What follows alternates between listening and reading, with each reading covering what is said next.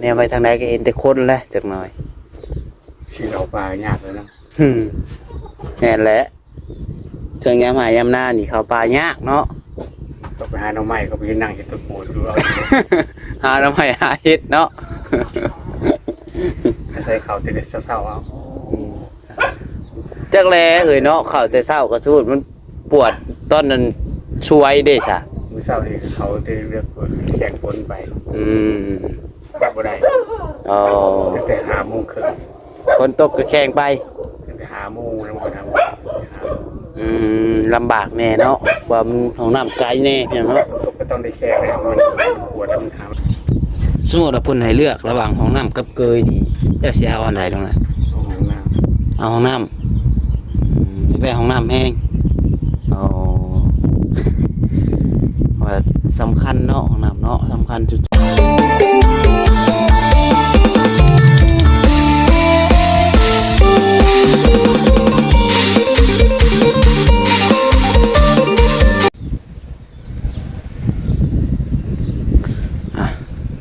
เปิดภาพขึ้นมาอีกในมื้อนี้พี่น้องเนาะก็ได้เดินทางเข้ามาหาทางลุงเพิ่นอีกคือเก่าพี่น้องเนาะหลังจากที่ว่าเมื่อวานนี้ตอนแรงน้องปัดไซก็บ่ได้เข้ามาพี่น้องเอ้ยคือว่าแล้วเวียกแล้วงานนั้นนี้ก็จนค่ำจนมืดแล้วเนาะเลยบ่ได้เข้ามาบ้านนี้14หลายคนเพิ่นก็บอกว่าลืมไปหาลุงเด้อว่าเนาะบางคนเพิ่นก็ท่าเบิ่งคลิปอยู่พี่น้องเอ้ยเนาะผู้ที่เพิ่นติดตามทุกคลิปก็ขอบคุณหลายๆพี่น้อง FC เนาะเอาพี่น้องเอ้ย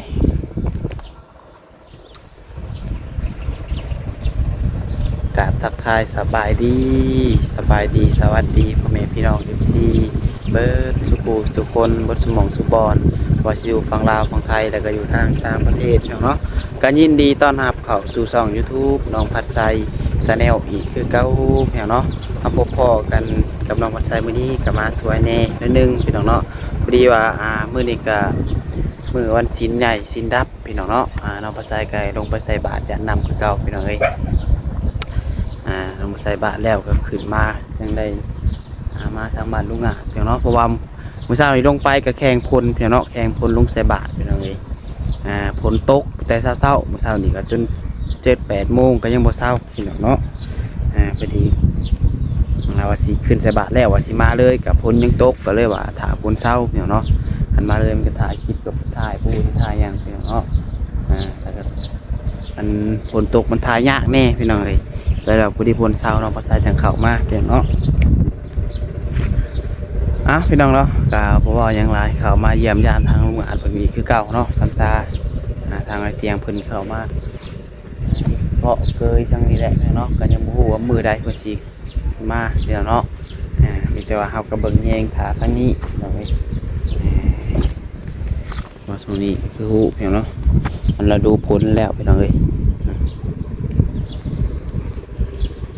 ดินก็คือสิท่วมบ่ได้แล้วพี่น้องเนาะฝนก็ตกทุกมื้อ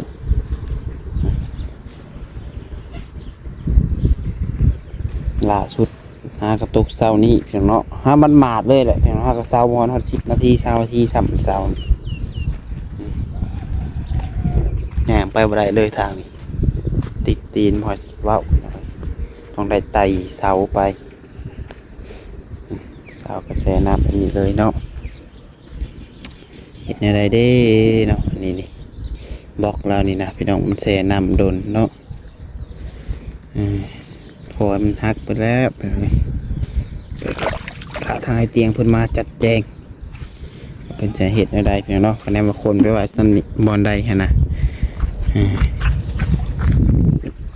เป็นน้องตะลุกเลยเลิกเติบได้นี่โอ้ไม่ยังตื่นบล็อกวิดบล็อกก่อนนึงให้พี่น้องไอเตะผมบล็อกก่อนหนึ่งจุ่ม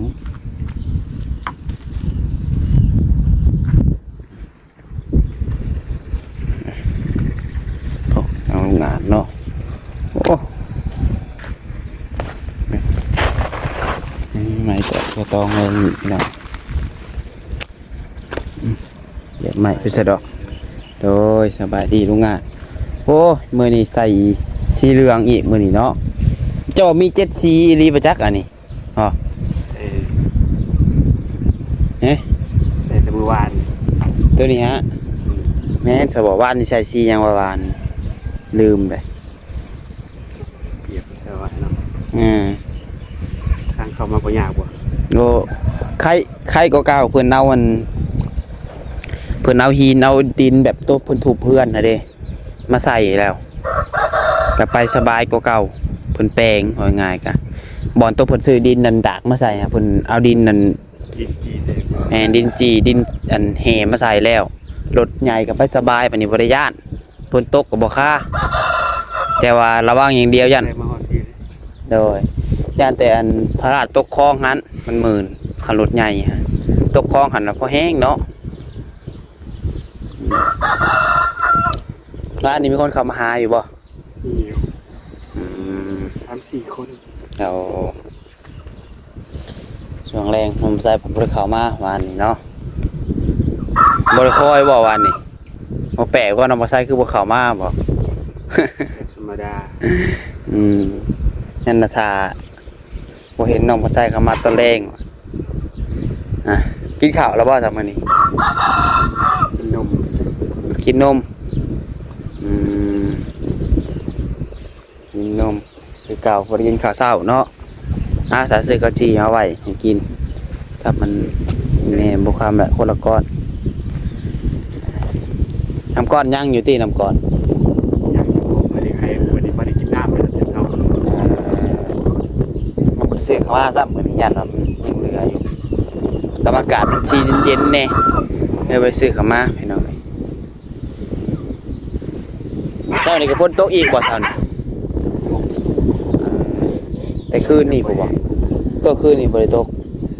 คืนนี้ตกมาแล้ว คืนนี้ก็ตกช็อตเอา7-8 โมงเนาะ โดย แม่นเลยลืมพี่น้องเอ้ยนะใช่ก็พอดีเห็นเฮาก็มาแต่ห้านวิทย์ห้านนะพอดีฮอดเฮือนเกือบบ่ฮอดเฮือน ตกเฮิงในเมื่อคืนเนาะ เลยโดนเติบแห้งนี่ก็มาตกมื้อเช้าอีกเนาะมื้อเช้านี่ก็แห้งเติบโดนเติบเนาะ โดย จนลงใส่บาตรก็จนนั่นแข็งลงเลยมื้อเช้านี่ก็ได้ลงไปใส่บาตรก็ว่าแหละช่วงนี้มันฮอดฤดูเลยเนาะฝนตก ดูฟ้าและดูฝนแล้ว แมนตกเรียนมือติดมือแล้วพี่น้องตกทุกมือนะบอกง่ายๆกันเนาะ น้ำก็ครั้งตรงไหนตรงหน้าสิ 3-4 มือมาว่าง่ายกับคันกล้าพะยาวนี่ก็ดำเลยแล้วนี่เนาะ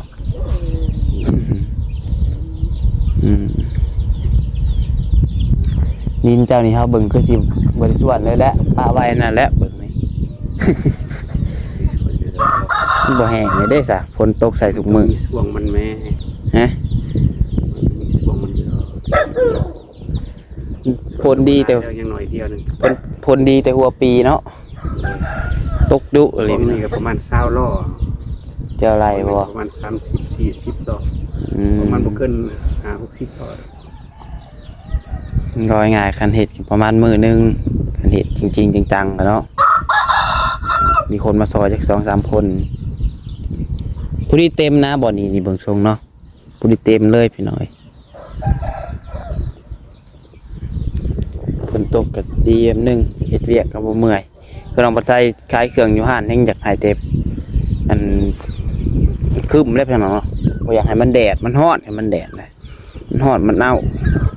เฮ็ดเวียกเฮ็ดงานยากบรรยากาศนี้แหละมักบรรยากาศเย็นๆเฮามักยามหนาวเด้อเฮาบ่มักยามร้อนอยู่ยากกันยามร้อนเนาะ อยู่แบบเนี้ยตั้งเดียวโตเนาะ แม่นคันยามหนาวใครแน่ยามหนาวแต่ว่าไปยากอยู่ก็สิใครก็ยามร้อนก็ไปยากยามหนาวก็ไปยากเนาะว่าเรื่องไปยากพี่น้องเอ้ยยามร้อนก็แดดยามหนาวก็หนาว ถ้าเลือกก็ดีกันเลือกหนาวเลยเนาะ โดยเลือกหนาวสำหรับมันเลือกได้หนาวก็ขี้ข้านออกเคลื่อนนี่แหละหนาวก็ร้อนก็ขี้ข้านออกเคลื่อนอันใดก็บ่ดี มนุษย์เนาะ เห็นใดก็บ่ดีและของครัวเราก็เปื้อนเนาะมันฝนตกนี่พี่น้องเนาะ เปื้อนเบิดเนาะตรงนี้แล้วมันมาอันพลตกลายเถื่อติดกันมันสิบานรถใหญ่เข้ามามันสิบ่โลมบ่เนาะ ลูกคนเลย เนาะคันบ่ถามมันแห้งเนาะมันเหยียบบ่ได้ดอกรถจักรซื่อๆก็ยังยันไปบ่ได้แล้ว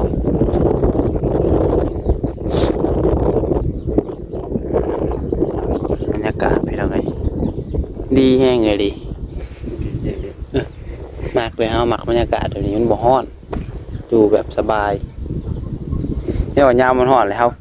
ามักใส่เสื้อกล้ามว่านี่อัน FC จนท่วงว่าน้องบ่ใส่เป็นปิ้งอันซีนฮะบ่ฮ้อนบ่วะอยู่ก็ได้เตาพื้นเตาไผคือบ่ใส่เสื้อแขนยาวแขนยาวแน่เพิ่นว่ามันลึกไงพี่น้องเนาะถามว่าฮ้อนบ่มันก็ฮ้อนแต่ว่ามันใครก็ใส่เสื้อแขนยาวเฮาบ่ใส่เสื้อแขนยาวบ่ได้นะในเพจเวียกนะมัดให้ได้แต่ช่วงนี้มีคนนั้นมาแจ้งข่าวยังเพิ่มอยู่บ่ บ่มี บ่มีบ่ เลย งานนะเพิ่นมาแจ้งข่าวดอกคดีเพิ่มภายในมหาวานนี่จืออยู่บ่ มีบ่าวทาเสานวลเสาแก้ว บ่าวทาสาวนวลสาวแก้ว เลย โอ้เขาสาบุญช่างเพิ่นคือสิเข้ามาบ่ได้ดอกเนาะนั่งลงก่อนปุ๊บป่ะไป เลย จานเจ้าเมื่อยดอก พอมันฝนตกหลายมื้อติดต่อกัน อยู่บ้านเราก็จนน้ำท่วมเห็นเราถ่ายลง บ้านไทย บ้านสาบุญโอ้เข้ามาเปื้อนเบิดเป็นอะไรติดตีนติดหยังไงบ่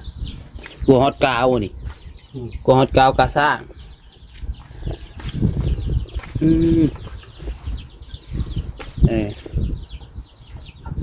เอาดินทรายมาใส่สนิทเนาะ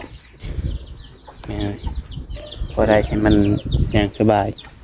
มันเปียกอะ แดดแล้ว แดดแล้วก็พ้นนี้จังหน่อยมือแรงหน่อยก็ตกอีก แดดก็ต้องเนาะหอดยามเพิ่นแล้ว ได้ซะ แดดให้แมงไหม้ก็ออกมา แม่ ไก่การนาหุงดีต่อดีกิน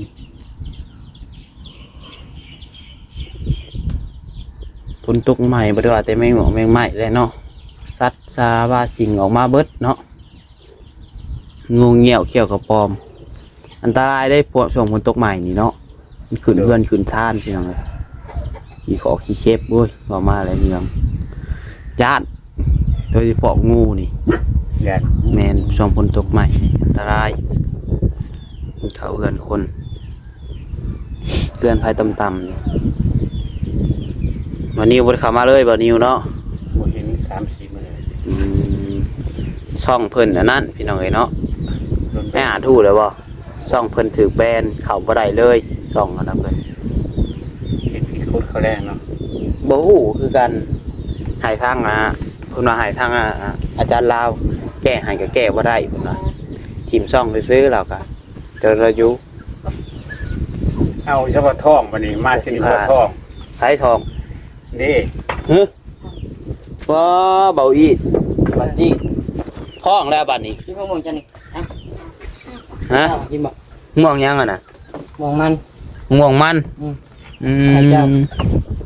ในข่อยบ่เนี่ย เอาไหมเอามากินเลย โอ้ขอบใจขอบใจ จะทุกอย่างมากินเลยเมื่อร่างเอามันตึกมันตกเฮาขึ้น อื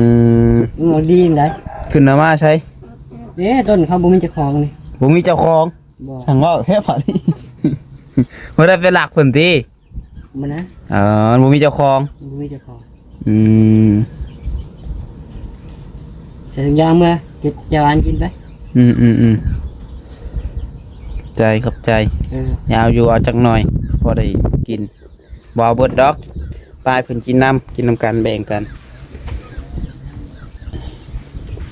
ก็ได้ว่าหาไปขาย รอกินแล้วได้เฮ็ดเลยจะให้ทุกอย่างมากินเด้อ โอเคขอบใจใส่เฮ็ดยังอ่ะน่ะ เฮ็ดบางอย่าง เฮ็ดบางอย่าง เออ เมื่อไร เราอยู่ในนี้ โอ้ ได้มะม่วงมั้ยจะใส่ทุกอย่างมากินมาล่างกินแล้วกันจังดีๆดอก อืม ตกใจเบิดโรงงานว่าก็จะว่าผู้ใดท้อง ก็ได้ว่ามาบ่ได้ท้องแล้วว่ะห้วย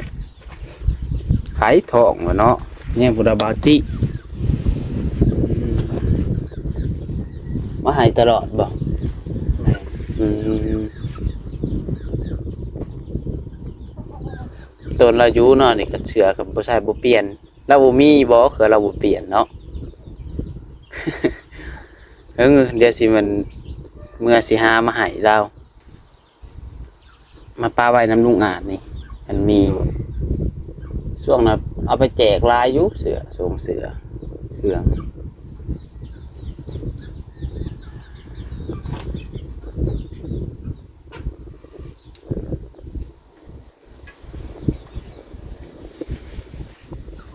ทุกสิ่งมวยบอกใคร วางหัวได้ปกมาแห้งเลยเอาเมื่อพอไว้กินสมก็เพราะขนาดห่วงมันขนมห่วงสมเลยที่ให้บอจี้และ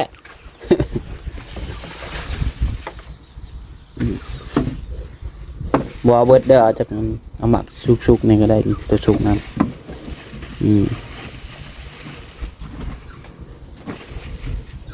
พอละลุงอ่ะเดี๋ยวยังกินบัวเบิดมันลายกันพออยู่แต่ก็มีลายอยู่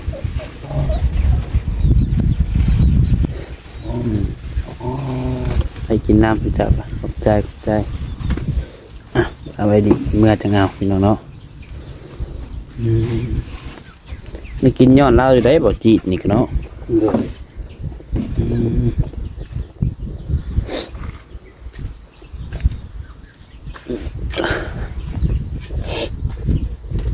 หัวเราก็เราเห็ดผู้เดียวเลยบ่นี่ โดย แล้วได้ครั้งหนึ่งเนาะพี่น้อง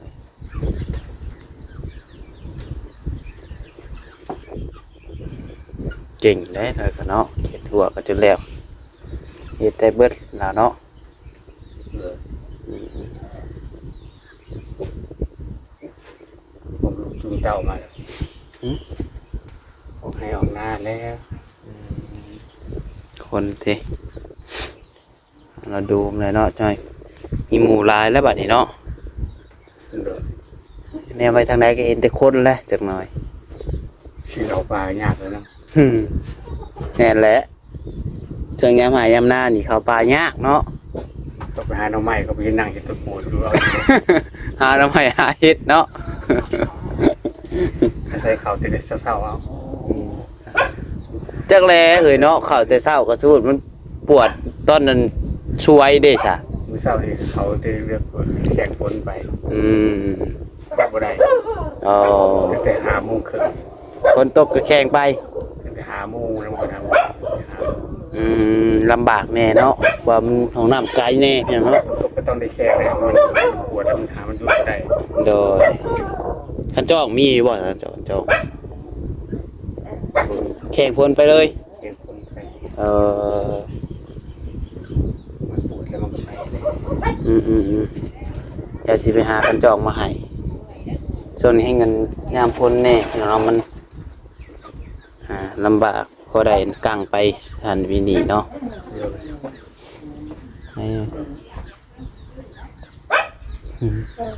ลูกละลายแท้น่ะเนาะ ดูคนดูหลาน จังว่า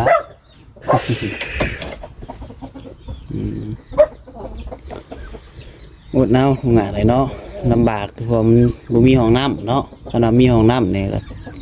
สิขายอยู่พี่น้องเอ้ยได้ห้องน้ำก็คือสิดีเนาะสมมุติ นำมาใส่ ฮะ มีคอมเมนต์เข้ามาอยู่บ่เดิมกับเจ้าเรื่องงาน ยังก็ เรื่องงานนี่มีคอมเมนต์เข้ามา มีหลายคอมเมนต์มีหลายอยู่ แต่ว่าคอมเมนต์แบบว่าเพิ่นบ่ยังบ่อยากให้เจ้าไปเฮ็ดเวียกเฮ็ดงานเพิ่นว่าอยากให้อยู่ก่อนถ่ายเตรียมเพิ่นมาก่อนว่าเพิ่นสิคุยแนวใดเพิ่นใส่ไปบ่ควรแนวใดหั่นน่ะเพราะว่าหลายคนเพิ่นก็ว่าทางไอ้อาจคือฮู้เนาะเพราะขอโทษนำเพิ่นมือเพิ่นสั้นนี่นะพี่น้องเนาะไอ้สิมีอยู่บ่แบบคนหับนั่นนี่หั่นนะเพิ่นว่าเป็นย่านตัวนี้เพิ่นเอาไปก็ แต่ว่าถามมันทางไอเตียงก่อนถ้าว่าทางไอเตียงเพิ่นว่าอย่าว่าให้ไป เดี๋ยวน้องก็ไทยลงไปทำอยู่ในตลาดซิโนนอยู่มั้ง ยังบ่ได้ไปถามตลาด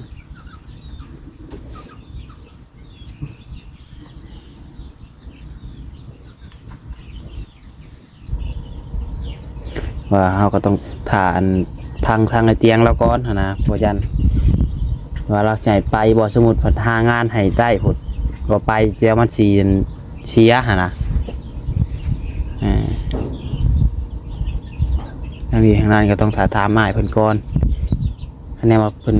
ให้ไปเฮาก็จังไปถามเพิ่นมันจังสมมุติว่า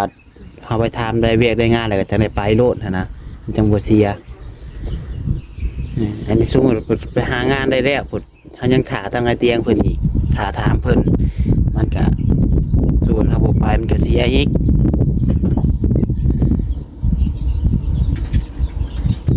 สมมุติว่าเพิ่นให้เลือกระหว่างห้องน้ำกับเกยนี่เจ้าสิเอาอันใดตรงนั้น ห้องน้ เอาห้องน้ำอยากได้ห้องน้ำแห้งเอาว่าสำคัญเนาะห้องน้ำเนาะสำคัญสุดๆไปหน่อยเพราะว่าอีกอย่างคือเห็นผูประมาณโอ้กับลักหนึ่งเนาะเอาง่ายๆกะย่างไปดิก็ขอโทษนำบางเถื่อบาดปวดแห้งๆให้ได้ซะเนาะ ำก็เริ่มปวดก็ไปเลยคือว่าปวดแล้วมันไปเลย นั่นแหละสมมุติว่ามันปวดแห้งมาบาดเดียวได้ซะสิบ่ได้ลากแค่นี้เลยบ่ ซูมเบิ่งปลาเปิดสิฮอดหน่อยกล้องก็ซูมจนไปเห็นจะใกล้จะไกลนักนึงเนาะเอาง่ายๆกันบ่มีเด้บ่ผู้รักผู้ใหญ่เนาะซอยเรือเห็นน้องๆห้องน้ำให้ลาไว้นะพี่น้องเอ้ยตอนนี้ก็ยังขาดบ่หลายดอกพี่น้องเอ้ยคะแนนบ่เห็นห้องน้ำนี่ก็หลักๆแม่นเสาเนาะเสากับปูนพี่น้องเอ้ยแห่ทรายมันก็มีเล่นนี่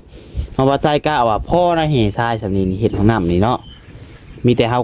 ก่อขึ้นซื่อๆพี่น้องเอ้ยก่อแล้วก็อันนั้นซื่อติดตั้งบัวมันหลังคาสำนี้หัวหลังคาก็มีเบิดแหละเนาะสังกะสีบอกคือสังกะสีน้ำทางกัน กระเบื้องอยู่แล้วเป็นกระเบื้องบ่เลยทีเลยได้ทำบ่เตียงเพิ่น แสดงว่าต้นเพิ่นมาบอกหาได้ซะ เพิ่นยกเลิกแล้ว ยกเลิกเลย เพราะว่าบ่เตียงบ่เช่ากระเบื้อง โอ้ เพิ่นโทรถามบ่เตียงบ่เช่ากระเบื้องก็เลยยกเลิก อืม เปลี่ยนเป็นมาซื้อไม้48ให้50โต โอ้เอาเพิ่นยกเลิกแล้วเนาะต้นจะซื้อสังกะสีจังไห้ เพราะว่าบ่เตียงเพิ่นว่าเพิ่นโทรถามบ่เตียงแล้วบ่เตียงว่าจะเอาเป็นกระเบื้อง อืม เพิ่นก็เลยยกเลิกเพิ่นก็เลยมาซื้อไม้48ให้50โตบัดนี้ โดยโอ้น่ะก็ดีเนาะนี่ไม้ก็มีเด้บัดนี้ว่าง่ายๆก็ตอนนี้ยังขาดรักที่สมมุติว่ามีผู้ใหญ่เพิ่นจักซอยเพียงเนาะคือห้องน้ำนี่1เสาเนาะเสา4ต้นแล้วก็ปูนพี่น้องเอ้ยปูนแล้วก็เหล็กแล้วก็สวมเฮาแล้วเนาะยังเพิ่นเอิ้น โถ โถสวมเนาะใช่แล้วเลยพี่น้องเอ้ยมันก็คือสิบ่เบิดหลายดอกติบ่เกินอันนี้ค่าสร้างหั่นแหละเนาะลืมค่าสร้างพี่น้องเอ้ยรักแน่นักแน่นี่ค่าสร้างเนาะมันสินักนำค่าสร้างนี่เฉพาะเครื่องอันนั้นนี่ก็คือสิบ่ฮอดหมื่นซั่นบ่จักพอเฮ็ดพอแบบว่าได้เข้าไว้ซื้อนะบ่ได้สาบบ่ได้หยังมีแต่ก่อไว้ซื้อนะหัวบล็อกไปสั่งก็มีเบิดเด้พี่น้องเอ้ยบล็อกทรายกัน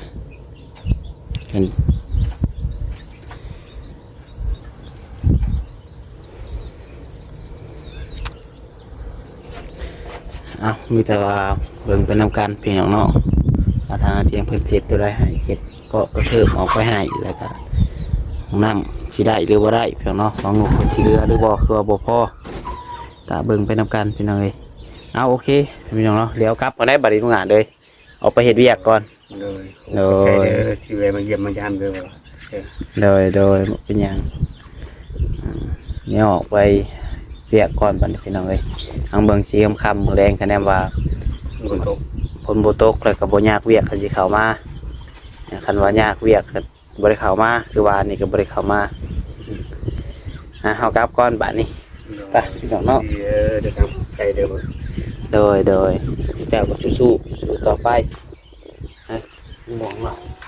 หมองบ่จีดเรากินศพโอเคสำหรับพี่น้องเนาะคลิปนี้ก็คือสิประมาณนี้แหละเด้อพี่น้องเด้อเนาะถ้าหากว่ามีผู้รักผู้ใหญ่ใจบุญทันใดอยากช่วยเหลือน้องเห็ดน้องของน้ำให้เราก็ติดต่อหาน้องปัดไซได้นะเนาะน้องปัดไซก็ยินดีเป็นสะพานบุญให้พี่น้องเลยเนาะแล้วก็คือตอนนี้ทางอ้ายเป็นเราก็จะได้ชุดสุดก็คือห้องน้ำพี่น้องเลยห้องน้ำขาดบ่ได้จนเพียงเนาะว่าเราต้องได้ใส่ทุกมื้อทุกวันนะพี่น้องเลย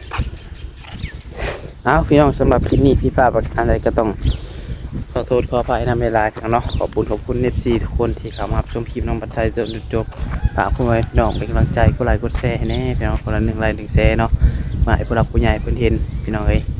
โดยสถานีก็ขอกล่าวคำว่าสบายดีเนาะพี่น้องเนาะลาไปก่อนแล้ว